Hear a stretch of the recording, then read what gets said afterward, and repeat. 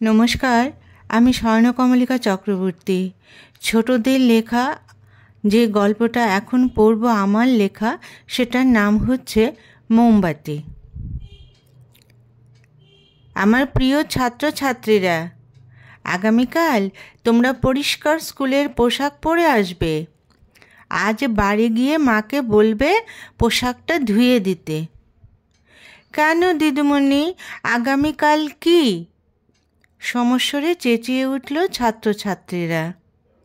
দিদিমণি বললেন, শোনো, আগামীকাল স্কুলের প্রতিষ্ঠা দিবস। সেই জন্য বাইরের অনেক লোকজন আগামীকাল আমাদের স্কুলে আসবেন এবং এখানে খুব সুন্দর অনুষ্ঠান হবে। তোমরা কিন্তু আগামীকাল কোনো দুষ্টুমি করবে না, চুপ করে বসে সমস্ত অনুষ্ঠান দেখবে। সবাই সমস্বরে বলল তারা আগামীকাল কোনো দুষ্টুমি করবে না, তারা বাধ্য ছাত্র হয়ে বসে থাকবে। না হলে তো বাইরের লোকজন এসে বলবে ওরা ভালো ছাত্রছাত্রী নয়। দিদিমণি খুশি হয়ে ক্লাস থেকে স্টাফ রুমে চলে গেলেন। আরাত্রিকা বৈষ্ণবকে বলছে, কাল নিশ্চয়ই অনেক বড় বড় মানুষ আসবে, আমরা সুন্দর হয়ে আগামীকাল চলব। বৈষ্ণব বলল, এই তুই কি এমনিতে ভালো হয়ে চলিস না ক্লাসে? সে ওকে ধমক দিয়ে বলল, এই মিছে কথা বলবি না, আমি কোনো দিন বকা খেয়েছি স্যার দিদিমণির কাছে? বৈষ্ণব বলল, তুই তো ভালো মেয়ে, সবাই জানে, চল টিফিন খেয়ে আসি। বাড়ি এসে তো মেয়ে মায়ের মাথা গরম করে ফেলল।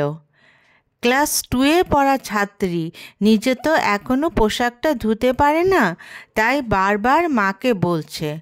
মা বলছে, আরে দাঁড়া না, হাতের কাজগুলো সেরে নে, আর তোর পোশাকটা তো পরিষ্কারই আছে, গতকাল মাত্র ধুয়ে দিলাম, নোংরা হয়নি।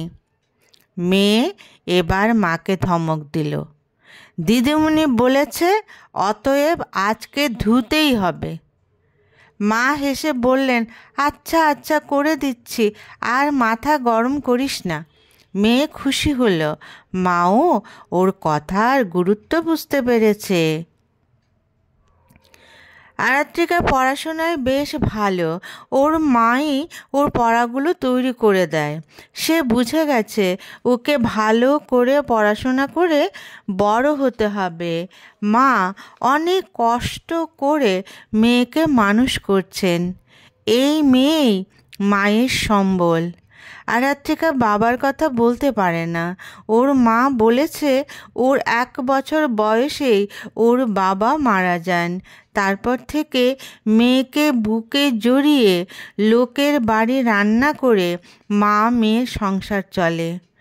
আরাত্রিকা তো অন্য মেয়েদের মতো নয় যে কেবল বায়না করে। সে মা যা খেতে দেয় তাই খেয়ে নেয়।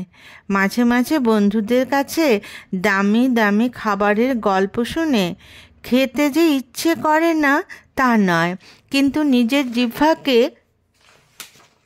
সংবরণ করতে শিখে গেছে ক্লাস 2-তে পড়া মেয়ে।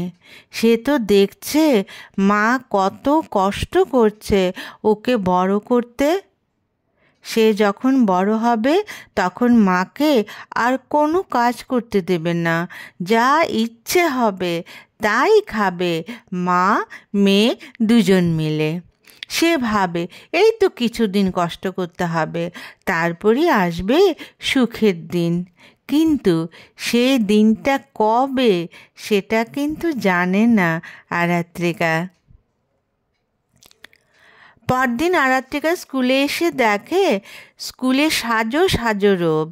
সবাই সুন্দর পোশাক পরে এসেছে এবং স্কুলটাও খুব সুন্দর করে সাজানো হয়েছে। প্রতিষ্ঠা দিবস বলে কথা, সাজাতে তো হবেই। সেও পরিষ্কার স্কুলের পোশাক পরেছে, ওর খুব ভালো লাগছে। ক্লাস থেকে সবাই লাইন করে গিয়ে যেখানে অনুষ্ঠান হবে সেখানে বসলো। সবাই চুপ, কেউ কথা বলছে না। ওর একটু বৈষ্ণবের সঙ্গে কথা বলতে ইচ্ছে করছিল, কিন্তু মুখ খুললেই এখন বকা খাবে। বড় বড় দাদারা দাঁড়িয়ে আছে ভলান্টিয়ার হিসাবে, তাই অন্যদের মতো সেও চুপ করে বসে রইল। 5 জন বড় বড় অতিথি এলেন। ওরা সবাই দাঁড়িয়ে তাদের অভ্যর্থনা করল। অতিথিরা গিয়ে তাদের নির্দিষ্ট আসনে বসলেন। এবার অনুষ্ঠান শুরু হবে। কি সুন্দর বড় একটা পঞ্চপ্রদীপ সামনে। পিতলের এত বড় প্রদীপ সে আগে কখনো দেখেনি। ওর ভীষণ ভালো লাগছে দেখতে। তার চেয়েও ভালো লাগছে 5 রঙের বড় বড় মোমবাতি তাতে লাগানো। ওরা 5 জন 5টা মোমবাতি প্রজ্বলন করলেন। তারা সবাই হাততালি দিল।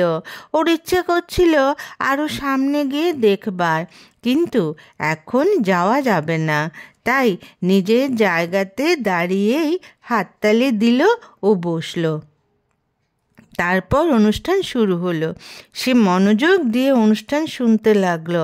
সবাই চুপ করে রইল, কেউ একটা কথাও বলল না। সামনে 5টা মোমবাতি সুন্দর করে জ্বলতে লাগলো। অনুষ্ঠান শেষে সবাইকে একটা করে চকলেট দেওয়া হলো। বন্ধুরা চকলেট পেয়ে মহা খুশি, যেন অমৃত পেয়েছে। অমৃত খেতে খেতে ওরা বাড়ি এলো। মায়ের কাছে এখন সব গল্প করতে হবে। মা তো মেয়ের গল্প শোনার জন্য অধীর আগ্রহ নিয়ে অপেক্ষা করছে। সন্ধে হয়ে গেছে, সে এখন পড়তে বসবে। কাল স্কুলে অনেক পড়া আছে। পড়াগুলো সব মুখস্থ করতে হবে এবং তারপর খাতাতে লিখতে হবে। মাকে বলল, মা, হারিকেনটা জ্বেলে দাও, আমি পড়তে বসবো। মায়ের চোখ দিয়ে টপ টপ করে জল পড়তে লাগলো। ঘরে কেরোসিন তেল নেই, দোকান থেকে কিনে আনার মতো টাকাও নেই। ছোট্ট একটা মোম জ্বেলে ঘরের অন্ধকার দূর করেছে, কিন্তু এই আলোতে পড়া যাবে না। আরাত্রিকা মাকে কি বলবে? হঠাৎ সে হেসে ফেলল। মা অবাক হয়ে মেয়ের মুখের দিকে তাকালো। কি হলো মেয়ের, হাসছে কেন? কিছুক্ষণ হেসে মেয়ে মাকে যা বলল, মা অবাক হয়ে গেল। এইটুকু মেয়ে এখনই এত বোঝে। মেয়ে মাকে বলছে, জানো মা, তোমায় বললাম না আজ স্কুলের অনুষ্ঠানে 5টা বড় বড় মোমবাতি জ্বালানো হয়েছিল। যতক্ষণ মোমবাতি জ্বলার কথা ততক্ষণই সেগুলো জ্বলেছে, অথচ ঘর তখন ছিল দিনের আলোয় পরিষ্কার। আমার না তখন মনে হয়েছিল এইগুলো প্রজ্বলন করার কিছুক্ষণ পর যদি এইগুলো নিভিয়ে কোনো গরিব ছাত্র ছাত্রীদের দিয়ে দেওয়া হতো, তবে তাদের এক রাতের কেরোসিন বাঁচত, যেমন আজ আমার পড়াশোনাটা করতে পারলাম না। মা, আমার যদি ওই মোমবাতিটা থাকতো, তবে শুধু আজ নয়, কালকের পড়াও আমার হয়ে যেত। মোমবাতিগুলো এত বড় ছিল। মা মেয়ের দিকে তাকিয়ে রইল। কি বলবে এইটুকু মেয়েকে? দুপুরবেলা শুধু শুধু দিনের আলোর ভিতর মোমবাতিগুলো জ্বলেছে। আজ সে পড়তে পারল না আলোর অভাবে। সে কি বলতে পারবে, তোমরা মোমবাতিগুলো নিভিয়ে আমাদের মতো ছাত্রছাত্রীদের দিয়ে দেবে? সে বলতে পারবে না, এ কথা বলা যায় না। নমস্কার।